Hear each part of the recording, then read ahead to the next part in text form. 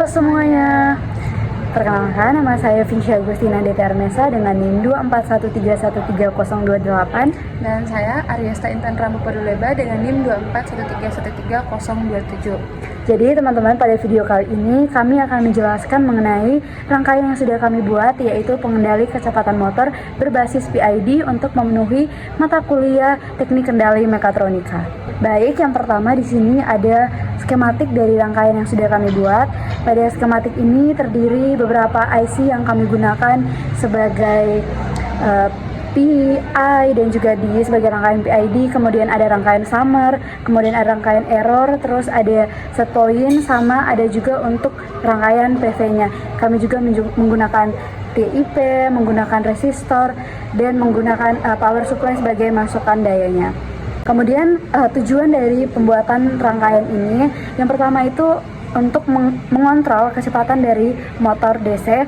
Kemudian yang kedua itu adalah penyesuaian kecepatan berdasarkan PID. Kemudian yang ketiga itu untuk dapat mengatur output atau motor DC ini melalui MOSFET. Nah, teman-teman, tadi sudah saya sampaikan bahwa di sini kami membuat rangkaian pengendali kecepatan motor berbasis PID. Nah, apa sih rangkaian pengendali kecepatan motor berbasis PID ini? Jadi, rangkaian ini adalah rangkaian yang menggabungkan proses P, I, dan D, yaitu PID, untuk rangkaian elektronik yang berfungsi untuk mengatur kecepatan motor DC secara stabil dan juga presisi. Nah, PID di sini bekerja dengan membaca perbedaan antara kecepatan yang diinginkan dari set point menggunakan potensiometer dan juga kecepatan aktual motor yaitu feedbacknya. Nah, kemudian ini akan menghasilkan sinyal kontrol yang akan menentukan seberapa besar tegangan dan arus yang harus diberikan ke motor. Seperti itu. Kemudian di sini ada pun fungsi dari rangkaian ini. Yang pertama itu untuk menentukan set point kecepatan. Seperti yang saya bilang tadi, ada potensio. Oh iya teman-teman, di skematik tadi ada potensio. Nah, potensio ini digunakan untuk menentukan set point kecepatan. Nah, kemudian yang kedua itu untuk mengukur kecepatan aktual dari motor, yaitu feedbacknya. Kemudian yang ketiga itu fungsinya adalah untuk menghasilkan sinyal error dengan membaca SP dan juga feedback untuk mendapatkan selisih, yaitu nilai error itu sama dengan set point dikurang dengan PV-nya. Kemudian yang keempat itu adalah mengelola error melalui PID. Nah, jadi blok P kan ada P, I, dan D, teman-teman. Nah, blok P ini akan merespon cepat dari perubahan error yang terjadi. Kemudian blok I ini akan memperbaiki ketidakakuratan dalam jangka yang panjang. Kemudian pada blok D ini akan mengurangi osilasi dan membuat sistem itu menjadi lebih stabil, teman-teman.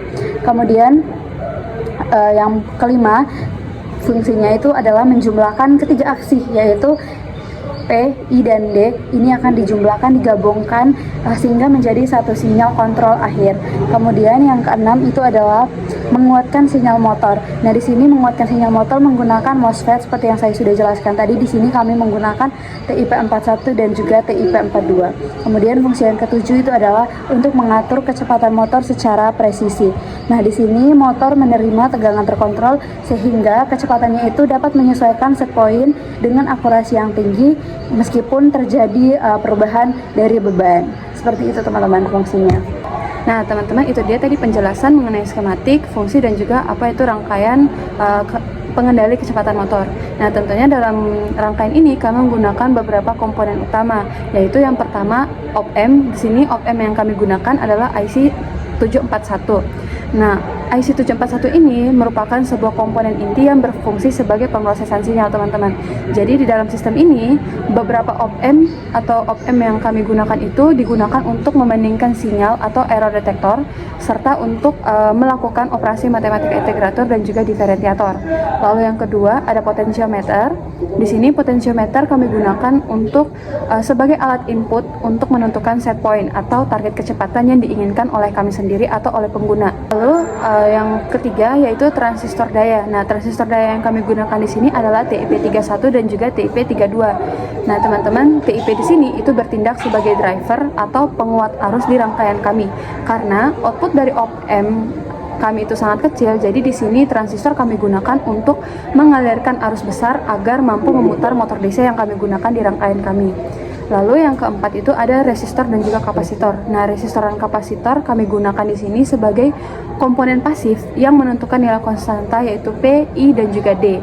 Nah, di sini kapasitor itu sangat krusial terutama pada bagian integrator dan diferentiator untuk mengatur waktu respon.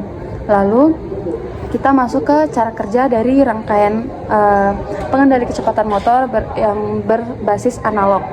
Yang pertama itu penentuan set point. Nah, di sini maksudnya pengguna itu akan memutar potensiometer untuk menetapkan tegangan referensi atau target kecepatan. Lalu yang kedua yaitu pemrosesan PID analog. Yang pertama ada P yaitu proporsional, di mana proporsional ini memberikan koreksi langsung sebanding dengan besarnya perbedaan antara target dan juga kecepatan asli.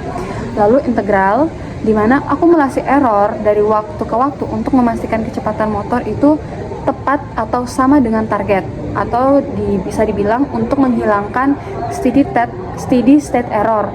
Lalu yang ketiga itu derivatif atau D. Nah, derivatif di sini itu untuk memantau laju perubahan error untuk mencegah lonjakan kecepatan yang tiba-tiba atau overshoot sehingga gerakan motor pada rangkaian kami itu jadi lebih halus. Lalu yang ketiga adalah summing output. Nah, di sini ketiga sinyal yaitu P, I, dan D itu dijumlahkan oleh satu bagian op-amp yang akan menjadi satu sinyal kontrol terpadu. Lalu yang keempat adalah driver motor. Nah, driver motor yang kalian maksud di sini adalah MOSFET atau transistor drive. Nah, sinyal tadi itu akan dikontrol dan diperkuat lagi oleh transistor TIP31 dan juga TIP32 sehingga sanggup untuk memutar motor DC yang ada pada rangkaian kami. Nah, itu dia teman-teman komponen utama dan juga cara kerja dari rangkaian kami. Nah, tentunya dari rangkaian kami dan penjelasan kami tentunya ada sebuah kesimpulan. Nah, kesimpulan kami yang pertama yaitu sistem kontrol akurat, di mana penggabungan parameter P, I, dan D terbukti mampu menghasilkan kontrol kecepatan yang jauh lebih akurat dan juga stabil dibandingkan dengan kontrol-kontrol sederhana. Lalu yang kedua, solusi analog efisien. Nah, rangkaian ini membuktikan bahwa sistem otomasi dapat dibuat tanpa microcontroller atau Arduino atau PLC yang menjadikannya solusi berbiaya rendah namun tetap handal. Lalu yang terakhir adalah respon real time, di mana karena bekerja secara analog tidak ada jeda waktu pemrosesan atau processing delay teman-teman, sehingga sistem itu dapat merespon perubahan beban pada motor secara instan. Nah, teman-teman, ini adalah rangkaian pengendali kecepatan motor berbasis PID kami. Dan saat ini kami akan menunjukkan percobaan dari rangkaian kami.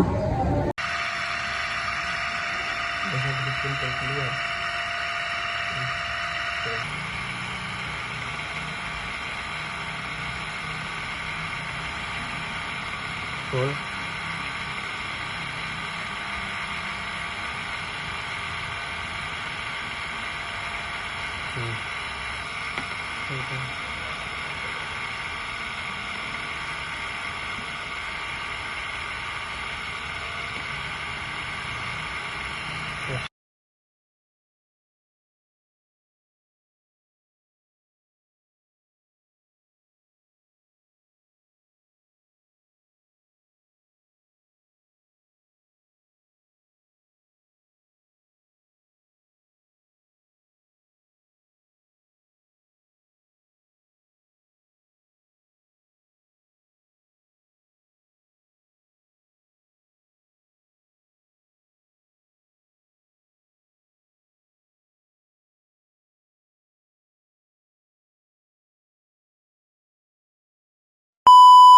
Baik teman-teman, jadi sekian saja video presentasi kami mengenai alat yang sudah kami buat. Semoga video ini dapat bermanfaat buat teman-teman sekalian. Terima kasih dan sampai jumpa semuanya.